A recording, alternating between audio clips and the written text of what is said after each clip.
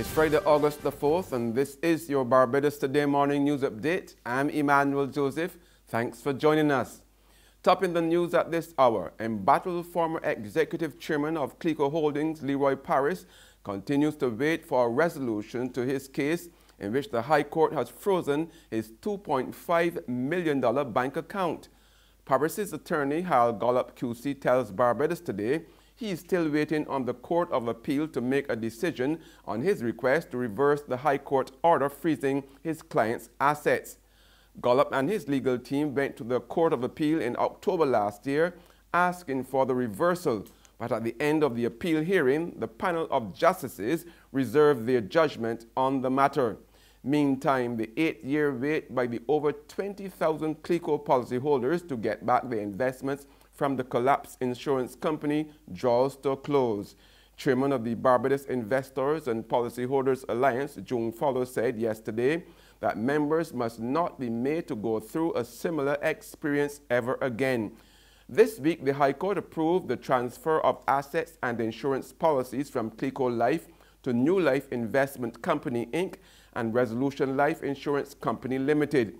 Follow welcomes the latest development, but contends that it should never happen again. It is good news. It is not the end of the process yet, but it is part of the process that we were looking forward to happen since we were at this process since 2014.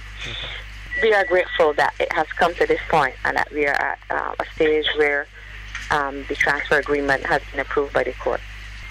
The supervisor of insurance should have done what they were supposed to do, and this thing would not have happened. So I would like to think that with the Financial Services Commission in place, that what happened in the past with CLICO will not happen with this new entity, Resolution Life. Former Attorney General Dale Marshall is urging citizens not to cower to criminal elements in society. The opposition Barbados Labour Party spokesman on law and order was referring to a video circulating on social media threatening members of the Royal Barbados Police Force. Our own Ryan Gilts reports. Since last Wednesday, there's been much speculation about safety and security at public events after a video surfaced on social media issuing threats against the Royal Barbados Police Force. This was 24 hours after residents of Deacon's Farm, St. Michael, were confronted in the dead of night with the sound of gunfire.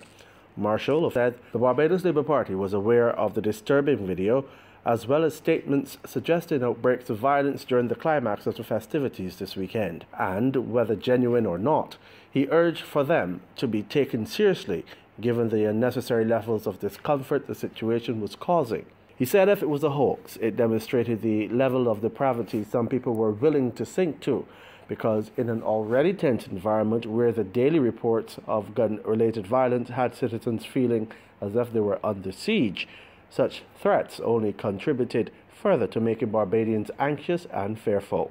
If the threats too were serious, it then underscored the dangerous state which Barbados had reached, stressing that increased violent crime benefited no one, and he described it as a scourge that had to be eliminated for the safety and peace of mind of all Barbadians, regardless of their partisan perspective. Ryan Gilts for Barbados Today. In sports now, Usain Bolt's decision to call time on his glittering career will dominate the IAAF World Championships in London that starts today. The Jamaican sprinter, an 8-time Olympic gold medalist with 11 world goals to his name and world record holder in the 100 and 200 meters, will race just the 100-meter and 4x100-meter relay in the British capital. The track preliminaries will run off today from 2 p.m. Barbados time, with the men's final tomorrow from 4:45 p.m. There's regional and international news after this short break.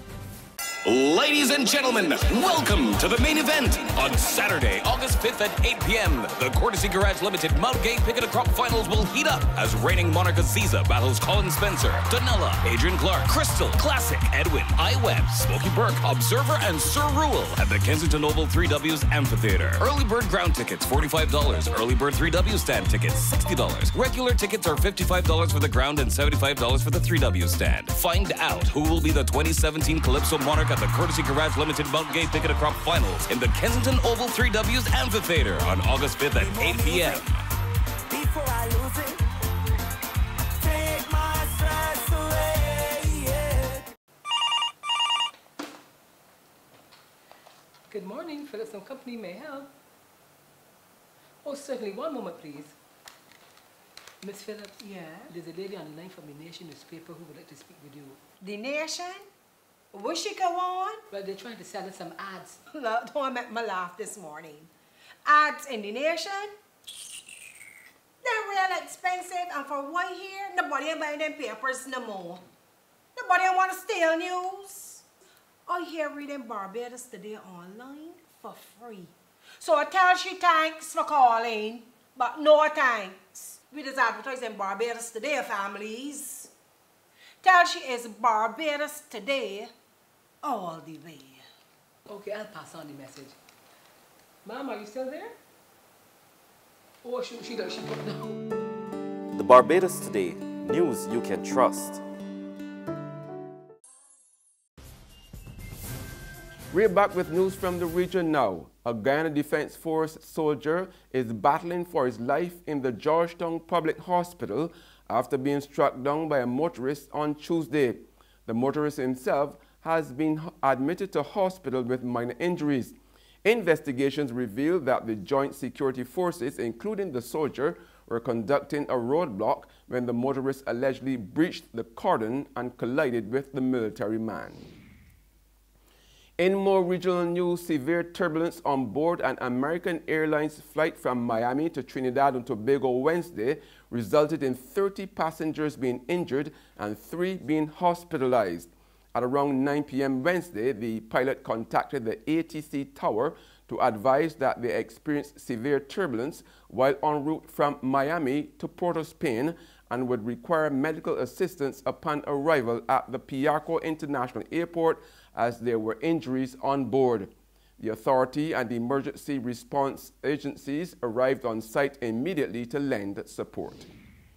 On the global front now, Michelle Carter, whose own words helped seal her involuntary manslaughter conviction in the suicide of her teenage boyfriend, has been sentenced to 15 months in a Massachusetts prison, but will remain free pending appeals of this emotional and controversial case.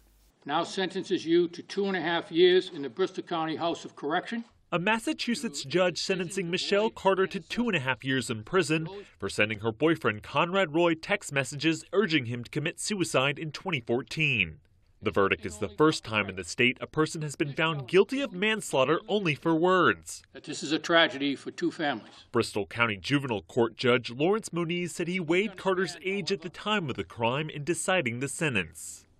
I have not found that Ms. Carter's age or level of maturity or even her mental illness have any significant impact on her actions. Carter was 3 weeks shy of her 18th birthday at the time. She sent text messages to her boyfriend, who was filling his truck with carbon monoxide in a parking lot. He briefly got out of the vehicle but returned after Carter urged him to get back in. Before the sentencing, Roy's father told the court Carter exploited his son. And that's news and sports, but for the very latest, visit our website at www.barbadostoday.bb. Also subscribe to our e-paper, email updates, and like us on Facebook. We are also on Izumi Media in bus terminals or screenplay at supermarkets and gas stations near you, as well as the Mix 96.9 FM. I'm Emmanuel Joseph. Have a fantastic day.